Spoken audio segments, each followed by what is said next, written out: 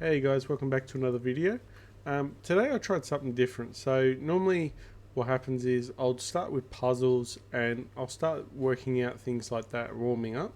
This time I actually started watching a chess stream, and it actually made me in a good mood. So I actually was enjoyed, chilled, and just relaxed. And then not long after I started playing chess, and I really had a good session. So maybe getting yourself into a good mood beforehand as well is definitely good, and just looking at some tactical things while watching a stream of chess as well, it definitely helps. So even like watching this, like a channel like this, like a video that I create, and just watching some games and just relaxing and just getting into it. Yeah, so I only lost like 2 or 3 games today so far, and it's like I'm just heading back to 1300 pretty quick now. So I'm already up to what 1266, and just absolutely crushing it. I feel confident now as well. So, and I think it's the big difference is the white as well. So the Vienna game now I'm adding into it. I'm getting better with Sicilian. I'm getting better with Indian King's Indian, the modern defense, and yeah, I just even the London system as well. So I've just added a little bit more firepower to my openings. So I'm not playing the boring anti-fried liver attack. So it's sort of you want to play openings that match your style as well. So this one here, so I've got 3 games tonight. So I've done Sicilian, and in the Sicilian, whenever this opponent does the pawn, which generally this is what happens, though this is how I generally play against the Sicilian as well, but not anymore because I play differently now. I take here. All the time you take that pawn, then he takes. Do not move here because he could just take straight away. So we can just start developing. It's more important to develop this knight because in the future this bishop can come down. And it's just important to start controlling these squares as well in the center and start in Sicilian modern defense. You've just got to be wary of this dangerous diagonal. So keeping that in mind, you've just got to work around it as well, and just work that, this is the reason why sometimes in these openings I do push e6. I used to always push d5. So this time I did e5 because I didn't think there was a threat at this stage. So he starts attacking, developing. So he's actually breaking a principle. He's actually moving his pawns more than once. He is probably actually trying to set up here, trying to think of what is it, the Hungarian attack as well, but he's not going to have that. So we've advanced, and this is important because it's a proactive move. So if you don't always have to develop your pieces, but you can think about stopping moves that head towards our territory. So this just controls the light square. So we have to keep in mind the light square. So we've given up this light square for here. So we've just got to think about always having somewhat control around here. And that includes here as well. So if we can control this square, it'd be really good too. So because we don't have this square to control here and block the bishop, it's probably more important that we go for this square and block here and stop the bishop. So the light square bishop's one of our most dangerous adversaries in this opening. Well, that's what I found anyway. So this is how we control this square. So we control here, or we could go here as well. So either way. So he goes here. So thinking that we'll go here. So this is our opponent doesn't really know what he's doing. So this is a good thing, because he's moving here. We're not actually threatening to move here, because if we were, we would have moved here. And plus, our opponent doesn't really understand positional awareness, because this bishop's already here focusing here. So if we go here, it'd be for a pin, but the bishop's already in place. So all it would be doing is setting our bishop back to go back and just wasting a tempo as well. Alright, so we go down here. So this is a good move to annoy the b2 square. So this is one of my favourite moves I love doing, because as soon as this bishop comes out, we've got this board. So okay, so this was an interesting move. So this is a move that is probably a blunder in his part, because Actually, no, it's not a blunder, because even if we take, he can take, and then we have to retreat. So I retreat the knight, retreat the queen. So just because your opponent offers a trade, it's very important to think about not always giving up a trade straight away. So we can think about other moves. So for instance, I was looking at the knights squares. Okay, so wherever your queen goes, do not move it from here. Oh, actually make sure it's always on this file, because this knight would love to go here, because it'd be forking the king and the rook. Okay, so it's quite simple but easy to miss sometimes if you don't think about it. Alright, so he goes here, so we trade. So that's a powerful knight out of the way. So our opponent gave up an active piece for an inactive piece. Okay, so now he's come down and he's attacking our queen. So he's almost trapped our queen, but not quite. So he's probably, if you think about it, he's probably done this move one too early, because you could probably go like here, and then maybe trap my queen. So I don't know, something like that. But we've got this square here. So now he's doubled up. So he's got a battery.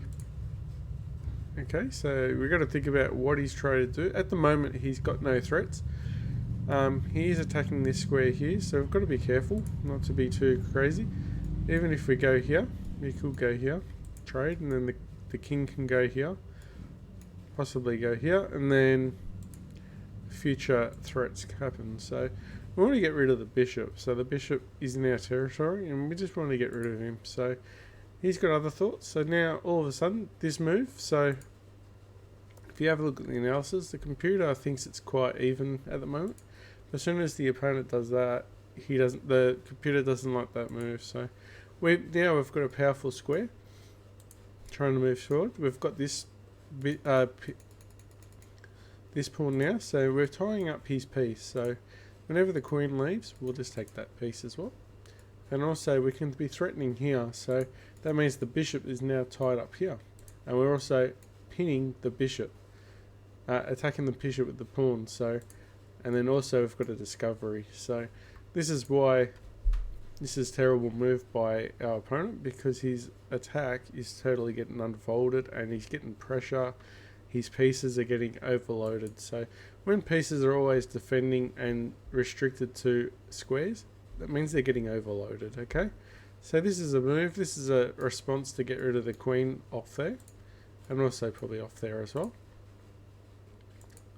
Okay, so we pin the bishop to the queen. So we've got some interesting moves happening now. So he goes to attack our queen. So this is probably the best time just to get rid of the queen, just to put it at the back. I mean, there could have been some other moves, but he's got control of his file. I could have put it here, but I don't think this was coming straight away anyway, so there's probably no point. So let's just get the queen out of the way and not worry. Okay, now our opponent's actually created it as equal, and this is the reason why you don't put your queen out too early, because you can get exploited with your queen.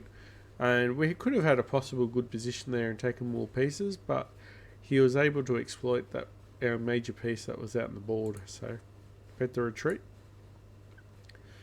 Okay, so what he's doing now is trying to open up the file. So he moves here, and then he's trying to open up his rook file. So this is something you've got to be very careful of. What I've been saying in the last 1 or 2 videos with the open rook files. So we just need to make sure with boards moving in front of the rooks, what they try to do. Now, this is the best way to stop it, is start targeting his weakest piece. So that's weak because it's unprotected. Now he's moved here, so this is protected by here, so it's not a bad move. This is defender luckily, so here. Alright, so we're defending this twice now, so if he takes here, we could take with the pawn and then keep this file closed. Trying to keep the position closed. So he takes, and then we've even got a better move here as well, but we're also defending here. I think, looking at the position, hoping we could go here as well, but maybe this one might have been a better move, but sometimes the queen pawn, the isolated queen pawn, is very strong for the attacking side as well. So, and isolated pawns too is what you want to do, is have them muched up the board. So an isolated pawn is a disadvantage, but the disadvantage goes away if you can get it further up on the board, so that becomes an advantage. Okay, so remember that, that's very important. Okay, that's something I've learnt recently. Now we're targeting the queen, so we're trying to advance with tempo. So he really, our opponent isn't really threatening anything, so he's going here, but this is why the bishop was such a good move as well. So we moved here to defend this pawn, and also blocked the rook. So this was a very powerful defensive square. So this bishop's so powerful for us at the moment. So we're moving forward. Now we've sort of created an outpost here because of the pawns defending here. It would be better if the pawn wasn't here. If this pawn wasn't here, this would be a very powerful square for the knight, and it would just be in a great outpost just to keep the knight here forever, but that's not the case. Anyway, we've got the bishop here that we're trying to target. So he pushes our knight. We don't just trade just for the hell of it, so we move our knight back in the center of the board, and this is actually a powerful square for the knight. It does block our bishop though, but we are blocking and defending. So this is actually, the bishop's doing enough without being open all the way. But we do have the future of check and thinking of that attack, and this pawn's hanging as well. So okay, so it's not too bad. It's a very powerful square. Okay, so we just go for the trade now. We've had enough of this knight. Yeah, so we had enough of this knight trade. He moves his bishop. Not sure if I had to trade. I didn't really have to trade there. I could have increased activity or even castled, but we still haven't castled, and now we just did. So now he's trying to attack our knight, and we defend the knight. So what happened was, if he took, we have an open file, and his rook sees that. So now there's a lot of pressure going in the center here. And we're getting our other rook active, so it's always important if you don't know what to do in a game, and you need to have a look at all your pieces, and this rook was the most inactive. So this one was always protecting here, and this rook was doing nothing, so we can move here, but also it does tempt this move as well, and we can trade. But then this is actually a mistake by white, because if white takes here, we could take, and he's also in check, and we can start a counter play straight away. So he runs away, and now we double the rooks, so that didn't hurt anyone. Okay, and now he's moved his queen, and now we target the queen, and we're also eyeing down the two rooks. So, and I actually missed it, so this is where I missed it.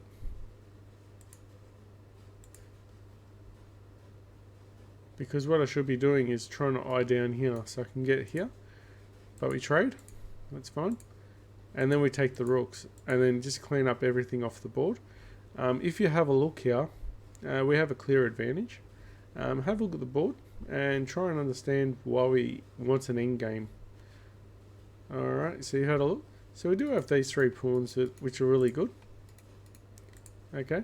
He does have a bishop, which is a bit of a worry though. And we've got an isolated pawn, he's got an isolated pawn. We've still got queens on the board. Okay, so now we've got our queen on a good square, on an open file.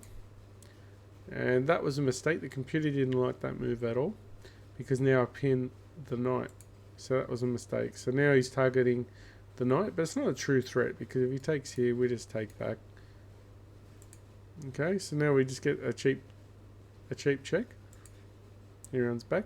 You should always have a look at the checks as well to see if we can clean up some of these pawns as well. So when the queen's too busy trying to go through a threat that's not going to happen, he's sort of leaving these pawns undefended as well. So, and at the same time, we're leaving these undefended too. But these two are not defended. This one's defended though. So, but our king can't be attacked at the same time as attacking these, where this back here may have. Okay, so he's attacked here. We go to do the pin. Now he gets fed up, and now he trades the bishop. So this was a mistake on our opponent, and now we go to an endgame with an advantage. Okay, so our king's even more active as well. So what I said about the endgame is having our kings active as well. So you want the most active king, and we can get to the isolated pawn first. And now we're just totally crushing now because we've got the advantage with the central pawn, and we've got the 3 to 2 advantage as well. Okay, and we can also go over here to take these 2 pawns as well. So, and there's not much he can do. Okay, so it's all about just pushing the files now, and then we just push up the board. Okay, and he tried to go for stalemate as well, having these locked up. All right. And just playing it fast. We had 2 queens, had to be careful not to stalemate, and we checkmate.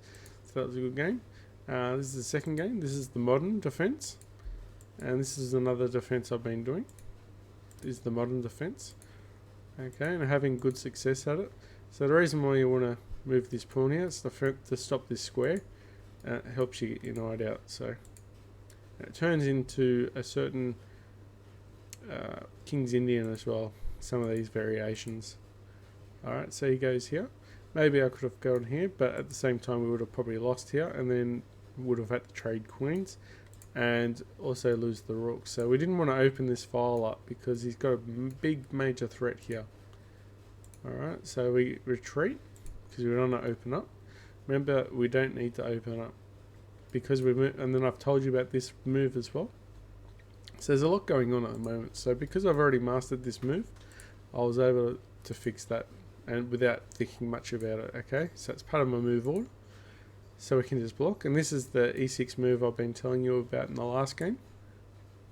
So we actually did it this time, because if you can tell, we didn't do this and didn't do this yet. So alright, and now we're starting to move our knight just to threaten the light squared bishop. So if we can shut down the light squared bishop, we'd be a lot happier.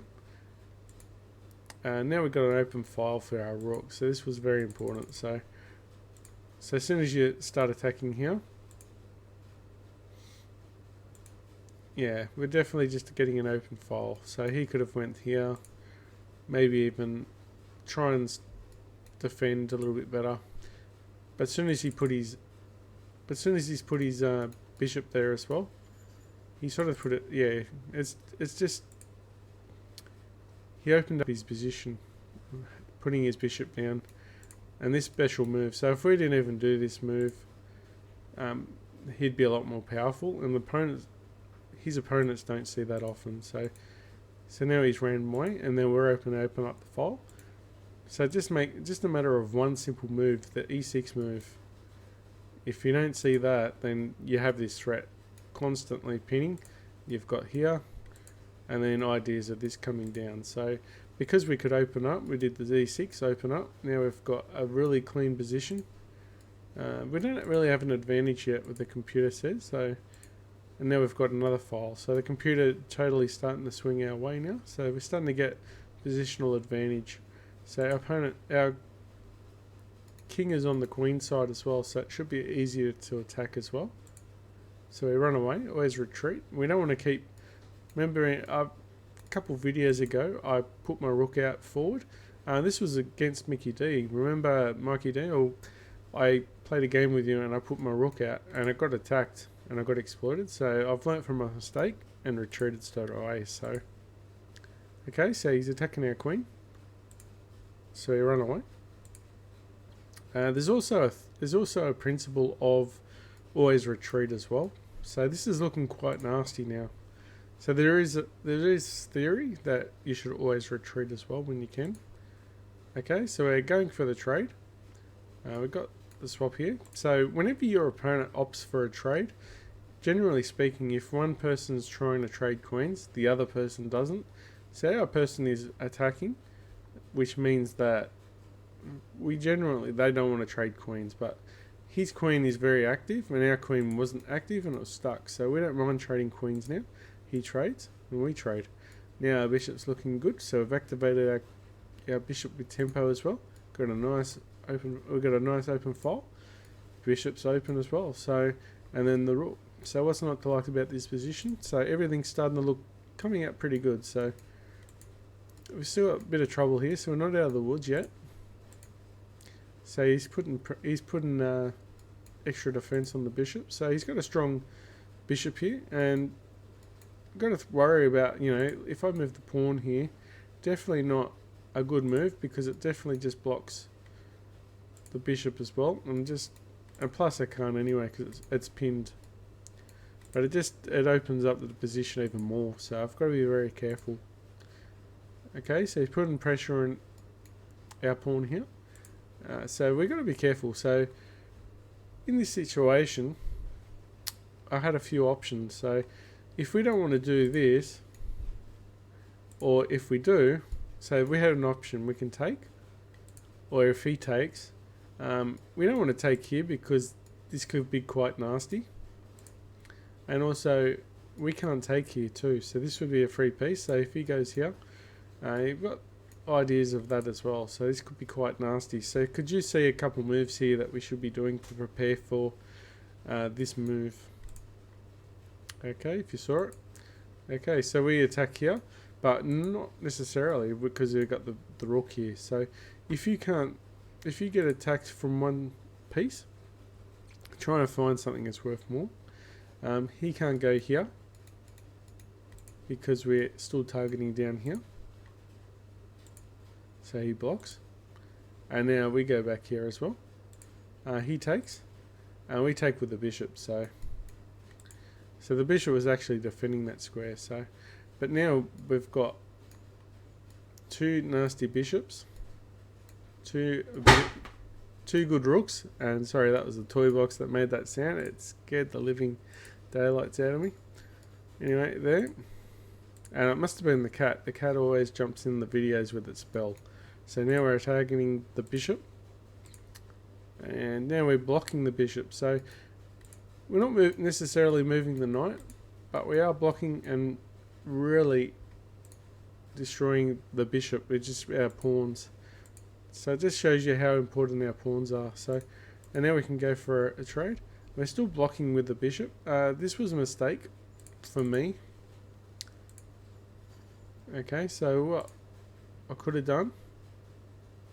What could I have done? Put pressure on the bishop. And yeah, you can take here. But the problem is now I'm giving a piece. So you've got two pieces here. Okay, but this is a mistake for... So I've just told you what the good thing is for this king, for the king. The good thing about for the white. Now, you know, we've targeted here, so it looks really dangerous. And this is where a scenario is, you feel eager to always capture back, because there's two pieces on here, so that'd be a mistake. Hopefully I saw the move, because there is a nasty move here. Can you see it? Okay, that wasn't the move I was thinking of. If we move the rook here, all of a sudden he's open. So now I see it. And now this check was so important because what it does is two things. So we go here and we get in the check, and it brings the king in the center because the king can't retreat because remember the bishop. And it also we take, and then it also takes with tempo as well. And also we can exchange rooks if we want. Plus this is open. And it was in this position that our opponent resigned. So roughly so. He didn't really have many squares left to run. Okay. And he could have went back there. Alright, and the last game. So we did a modern again. Now we're targeting the center. So he's doing more of an Austrian attack this time, not a Hungarian attack. So the Austrian attack is like here. So this is a kingdom. This is actually a King's Indian, so it's turned into a King's Indian this time. Where before it was just a modern defense and it didn't change back. So I'm still learning my theory. This one I actually did 6 book moves, so this must have been a record on my part. My opponent did do 7, so my opponent was a lot stronger. So defending here and just trying to eye down here. So yeah, just trying to get our bishops here. So we're trying to look a little bit different this game. And also with the King's Indian, you want to try and open up this file as well. So eventually in the King's Indian, you want to play this move so you can trade and open up the file. But early on, we can go for here, trade here, trade here, trade here. So our opponent last game was a bit more, looked a bit stronger with its queen and the rook with the last game that was like that. So he's pushing in his pawns. Problem is he's inactive. He's looking the castle queen side now. So it seems like people like the castle queen side against this opening. So this is a very common move with the knight defending here. And it's a powerful outpost as well. Even though it's on the rim, it's controlling key squares. And yeah, remember, the rook goes across, that hides. So that's also why early on the game, before we can get rid of the queens, and then later on we can go for a push. So it's very common. So here they would have already pushed the bishop down already and traded. And sometimes they trade here. It's you really want to take the piece, but you don't, because if you take here, his queen comes down as well, so it becomes quite deadly. So you don't want to take. It can just sit there forever. Okay, so we push forward, just trying to close up the dark squared bishop a bit. We did open this square up, so this is a bit of a concern on my opening. Yeah, so this is a concern.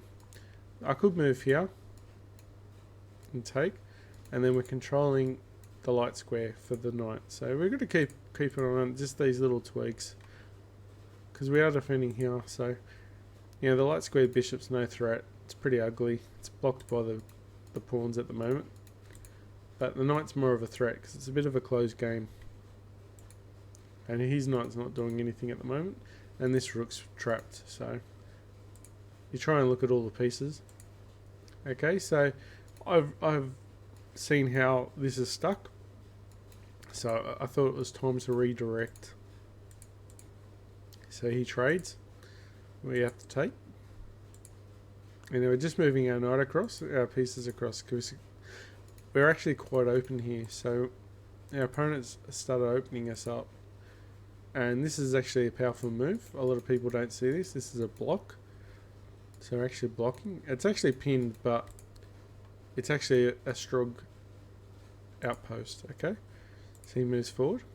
And while this is all happening, I was thinking maybe we can open up the file here, have some counterplay. So it's always an idea. If all the pieces are concentrated over here, don't always worry about too much over here. If you can have it locked down for a little bit, just have a look. You might have a few moves over here, but we didn't get to that situation, unfortunately. So he goes for trade, and now it's starting to look deadly. So he's doubled the rooks. We've got an actual serious problem here. So, but in these situations, the best thing to do is not to stress and just try and think what you can do. So remember, this is defended once, defended twice. This is attacked twice. So it's not the end of the world, because the king can also take. Okay, so we move forward. Didn't want this pawn to move down, so this is another proactive move. Not about moving our queen into an active square. It's more about stopping the threat of the pawn coming down, because if the queen come here, all of a sudden it's threatening here as well. So okay, so he moves the bishop. We can't take because the bishop is pinned. So this is it. So we defend here 3 times now, and he's defending 3 times. Very important. This pawn is doing a really good job at defending this square, for the queen would come down, and that could be. But then we also have this move as well, or this move, or this move. So maybe even this move. Okay, so he takes. He probably shouldn't have taken too early, so he takes. Didn't actually take this time. So this was a very interesting time of the game. So because he didn't take, it was a waiting move. Okay, so he realised that we've got defence,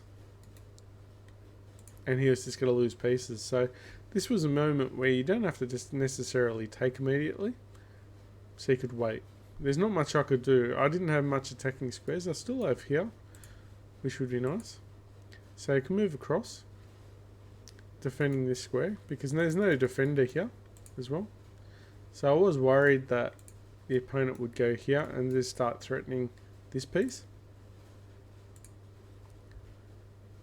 Okay, so now he's moved his pawn, so maybe the rook move was a bit of a blunder. So now we start trading, and it's starting to get a bit dangerous now. So we're starting to threaten, and now he's doubling up, and we're in the same scenario, and now we're blocking as well. So the computer says white's totally crushing us, but I'm not 100% convinced, because we are holding up the position, and this knight is not doing anything, and the bishop can get into play a bit more. We've still got these pawns here that can move up as well, so, and even the queen could counterplay as well. So I'm not really sure why the computer hated us. It really liked that pawn, but it didn't like that pawn move. So as soon as it did this, it's opened us up. Now we can attack and kill the pawn, which is important. So he trades. At this stage, I could have actually done here. I really wanted to take this and pin the rook. I actually was thinking that move, but I can't because this is check. So we just take. And now there's only one attacker and one defender. So now this is free. And now he's coming in. He's defending here. But it's an awkward square, so our opponent couldn't go here and change squares and reroute. If they could reroute and do a different square, it would be a lot more powerful. So because of these squares, it doesn't really have a strong outpost, and these squares don't really attack anything either, so they're defending his. Okay, so now we've changed the threat to equal, and then we trade. And now his king's open. Both kings are quite open, but I think we're a bit safer than our opponent now. And now we just got 2 pawns, so he closed the position up. We pushed, and now we're in checking the king. And now all of a sudden our opponent's structure is starting to open up, so we can start threatening his weakness. And now we can start just checking and pushing back the king, and this pawn is doing the best, and this knight was probably the worst thing the opponent did, because he didn't threaten anything, and it's actually blocking his queen. So it was this queen was tying up this pawn with our queen. So because that knight, we were able to free up our queen.